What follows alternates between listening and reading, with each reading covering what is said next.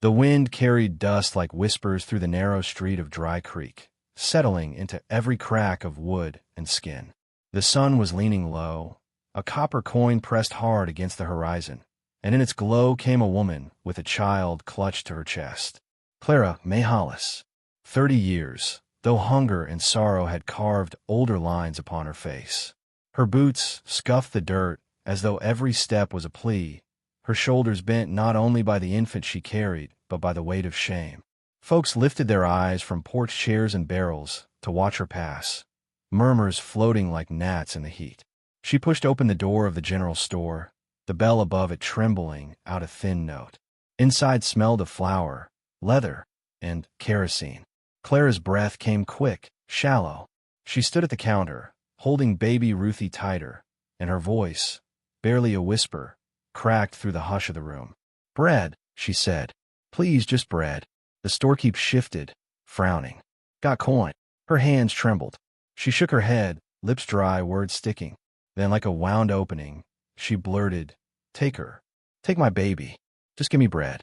The room stilled. A barrel lid creaked as someone leaned, whispering to another. Feet shuffled. Breath caught. The infant whimpered, as if sensing the tearing choice her mother had laid down. Shame rolled through the store heavier than the scent of oil and dust. In the corner, a man rose from the shadows he seemed born to. Elias Boone, 35, tall and weathered, with a silence in him deeper than a canyon at dusk. Folks knew him as a rancher who seldom spoke, who carried his past the way others carried rifles, close and heavy. His boots struck the wooden floor once, twice. He didn't look at Clara, nor at the murmuring mouths. He placed a silver coin on the counter, steady as stone, then reached for the sack of bread. Without a word, he turned, holding his free hand toward the door. Clara stood frozen, heat burning her face. Had he judged her, pitied her? She could not tell. Yet when Elias walked outside, bread under his arm, she found her legs carrying her and the baby after him. The world outside met her with sharper whispers. The preacher's wife, Martha Wilkins, tilted her head and murmured to another woman. She offered her own child. Sheriff Amos Pike squinted from his chair, chewing tobacco slow, as if weighing justice and scandal both. Their eyes pierced Clara like barbs. She nearly turned back, nearly sank into the earth itself. But Elias's horse stood saddled at the hitching post, patient, head lowered. Elias lifted the sack of bread into the saddlebag, then offered his hand, not with insistence, not with words, only with a quiet steadiness that gave no room for refusal. She climbed up, awkward with Ruthie clutched in her arms, and he swung into the saddle behind her. The horse moved with a groan of leather and a kick of dust, carrying them out of town under the heat of so many eyes. The ride was long, the silence longer. Fields stretched out golden, broken by dry fences and stubborn sagebrush. Clara's thoughts tumbled in shame. What had she done? To speak such words aloud, to even think them, it hollowed her out. She dared not look at the man who'd taken her from it all, fearing his judgment might weigh heavier than the town's scorn. But he said nothing, only the steady rhythm of hooves, only the smell of leather and earth. When they reached his homestead, the ranch spread small and spare against the gathering dusk. A cabin of weathered logs, a barn leaning slightly with age, chickens scratching near the fence line. Elias dismounted, then helped her down with the same quiet certainty. He carried the bread inside, set it on a rough-hewn table, and stirred the embers of the stove to life. The cabin smelled of cedar and iron. A single lantern burned, soft and golden. Elias set to work with practiced hands, chopping onions, slicing dried meat, laying it into a pot. Clara sat at the table, rocking Ruthie, the child's lips rooting against her arm. Hunger gnawed sharp in her belly, but her pride twisted the knife sharper. She had nothing to repay him with but her shame. He ladled stew into a bowl, set it before her, and returned to the stove without a word. The spoon felt heavy in her hand. Each bite was a storm of salt and mercy. Ruthie fed at her breast, her tiny fingers curling around Clara's torn dress. The silence pressed around them, yet in it she felt, for the first time in days, a strange safety. Later, after the baby was laid to rest in a makeshift cradle near the hearth, Clara stepped outside for air. The night was sharp and cool, The stars spilled in their endlessness. And there, at the fence line, she heard it. Voices, low and mocking, drifting from the darkness. Baby cellar woman's found herself a place now, one said. A pity Boone don't see what kind of woman she is, another chuckled. Their laughter stung her ears, her heart. She clutched her arms tight, tears burning. She turned toward the barn, toward escape. She couldn't stay. She'd bring ruin on him, on herself. Better to run, even if it meant dying in the dust.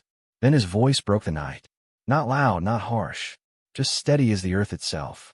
You don't run, Elias said from the porch, his shadow framed by lantern glow. Let the wind carry their words. Not you. Her breath caught. He hadn't looked at her, hadn't stepped toward her. But his words, few as they were, struck deeper than any sermon or gossip ever could. Clara stood frozen in the starlight, torn between the road that led away and the silence of the man who, without asking, had carried both her and her child into his keeping. The baby stirred inside, whimpering softly, and the sound pulled her back from the edge. She turned, slow as dawn, and walked toward the cabin. And so the night closed over them, quiet but trembling with the weight of something just beginning. Morning broke slow across the prairie, soft light spilling over the ridge and laying itself on Elias Boone's ranch. The rooster crowed, the fence creaked in a breeze, and Clara May Hollis stepped outside with her child against her shoulder.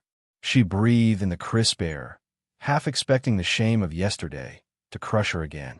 Yet the land was steady, indifferent to gossip, and the baby's small warmth pressed into her as though life itself insisted she keep going. She began to work, though her body ached and her spirit was thin, gathering eggs, sweeping the porch, mending torn linens, tasks that gave her hands purpose even as her mind circled the same cruel words she had heard. When she walked into town for salt or flour, she felt the eyes on her, sharp as thorns. Children whispered. Women snickered. Martha Wilkins once hissed in passing, a mother who'd trade her baby for bread shouldn't have one at all. Clara lowered her eyes, cheeks burning, but said nothing. Elias remained the same, steady, silent, watchful. He did not scold nor comfort. Instead, he made space for her to do the work she could. If she struggled with chopping wood, he wordlessly took the axe and finished the job. If Ruthie cried in the night, he rose to stir the fire so the room would stay warm. His silence, she came to realize, was not absence but shelter. One evening, after she had put Ruthie down, Clara returned to the table and froze. A soft lantern glow fell on Elias's hands as he bent over the baby's torn blanket. He had stitched it carefully, every line neat, as if he had poured a craftsman's pride into the fabric. The sight undid her. She turned away, pressing her hand to her mouth, because tears came quicker than she wished. It wasn't pity. It was respect, the kind she had thought lost to her forever. But the town was not finished with her. Sheriff Amos Pike visited Elias one afternoon, his broad frame leaning against the corral. Clara stood near enough to hear his words, though he lowered his voice. Boone, you're a good man. But you know what folks are saying.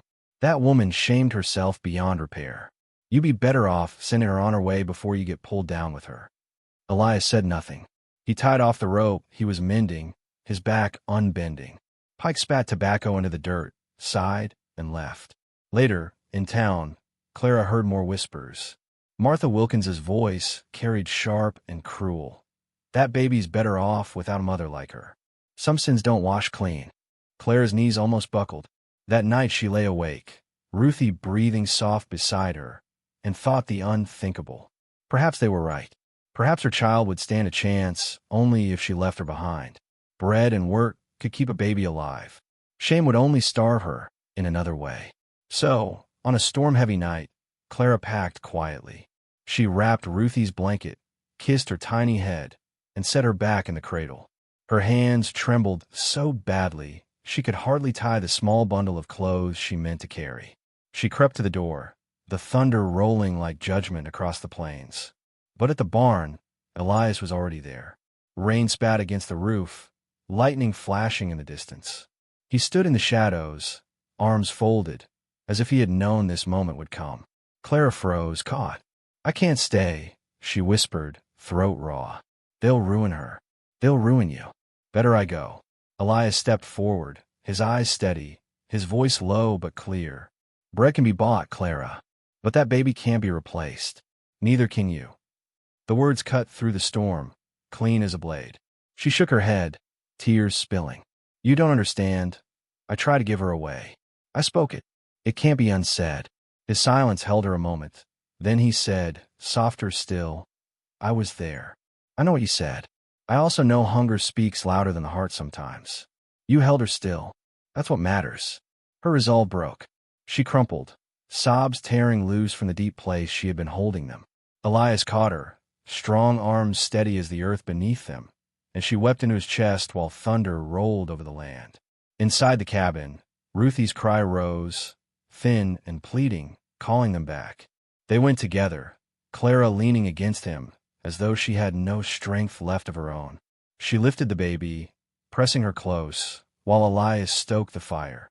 The storm raged outside, but within those walls was warmth, a fragile promise that maybe, just maybe, she was not lost after all. Days turned into weeks.